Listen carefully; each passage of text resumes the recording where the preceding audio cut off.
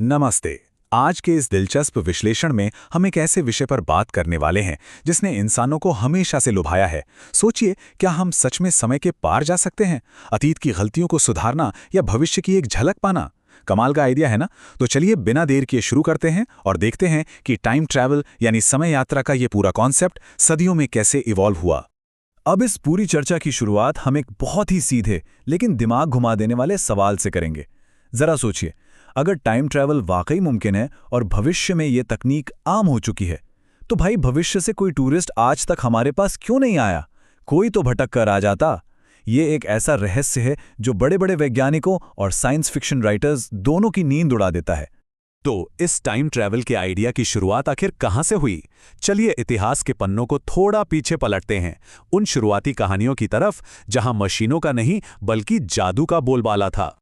देखिए, industrial revolution यानी औद्योगिकरण से बहुत पहले लोगों की कल्पनाएं एकदम अलग थीं।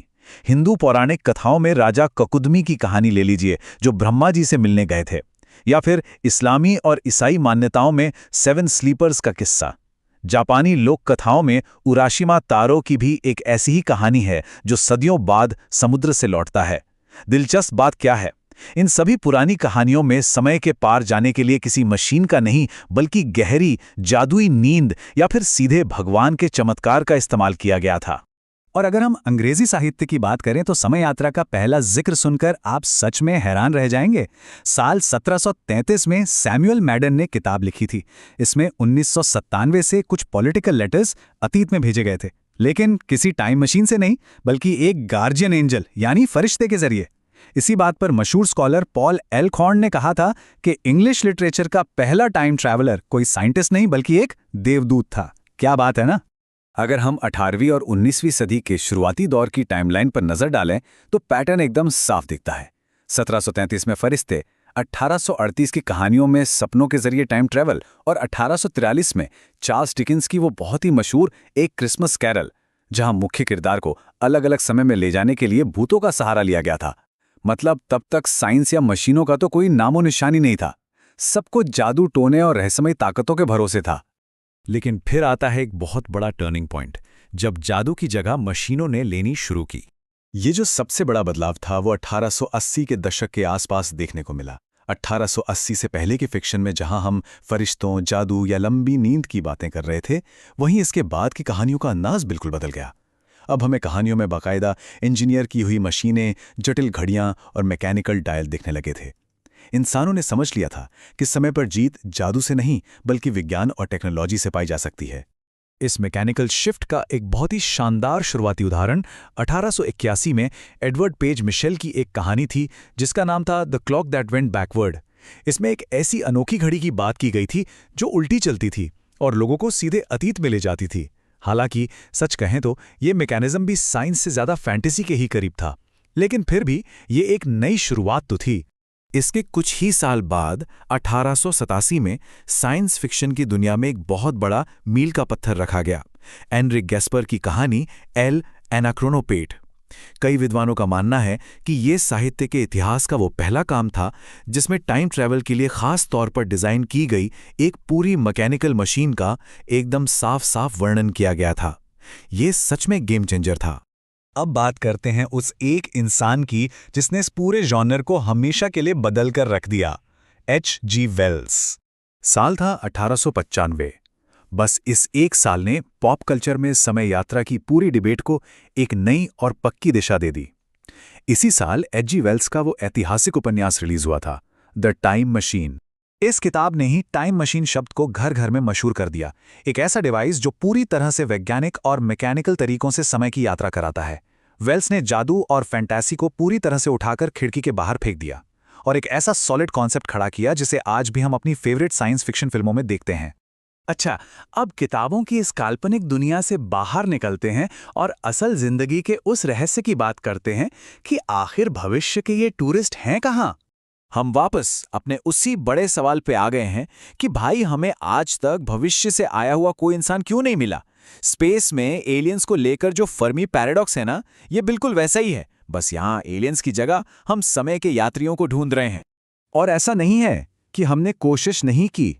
लोगों ने सच में भविष्य के यात्रियों को बुलाने के लिए बड़ी बड़ी पार्टीज और इवेंट्स होस्ट किए हैं। पर्थ का डेस्टिनेशन डे हो, MIT का टाइम ट्रैवलर कन्वेंशन हो, महान वैज्ञानिक स्टीफन हॉकिंग की वो खास रिसेप्शन पार्टी हो, या फिर 1982 का क्रोनोनॉट्स इवेंट, इन सब ने फ्यूचर टूरिस्ट्स के लिए ओपन इनविटेशन दिए, खाने पीने का शानदार इंतजाम किया और इंतजार किया। और पता है इन पार्टियों में कितने टाइम ट्रैवलर्स आए? बिल्कुल शून्य, जीरो, कोई नहीं आया। इन सभी स्वागत समारोहों में भविष्य से एक भी इंसान नहीं पहुंचा। तो अब वैज्ञानिक इसे कैसे समझाते हैं? कार्ल सागन जैसे कुछ दिग्गजों का मानना था कि शायद वो यात्री हमारे बीच ही मौजूद हैं, बस उन्होंने भेस बदल रखा है। कुछ और थ्योरीज कहती हैं कि फिजिक्स के नियमों के हिसाब से कोई भी मशीन के आविष्कार से पहले के समय में जा ही नहीं सकता। और एक बहुत ही दिलचस्प थ्योरी ये भी है कि शायद वो यात्रा तो करते हैं, लेकिन हमारे ब्रह्मांड के बजाय किसी दूसरे पैरेलल यूनिवर्स में पहुंच जाते हैं। तो क्या साइंस के नजरिए से अतीत में जाना सच में मुमकिन है? चलिए मॉडर्न फिजिक्स का एक रियलिटी चेक कर लेते हैं। स्टीफन हॉकिंग का एक बहुत मशहूर आइडिया है क्रोनोलॉजी प्रोटेक्शन कंजेक्चर। उनका कहना था कि भौतिकी के नियम क्लोज टाइम लाइक कर्व्स को बनने ही नहीं देते। आसान भाषा में कहें तो प्रकृति के जो एकदम बेसिक नियम हैं वो खुद ब खुद समय में पीछे जाने से रोकते हैं। हॉकिंग का मानना था कि ब्रह्मांड का पूरा सिस्टम कार्य कारण यानी कॉजैलिटी की रक्षा करने के लिए अतीत की यात्रा को नामुमकिन बना देता है।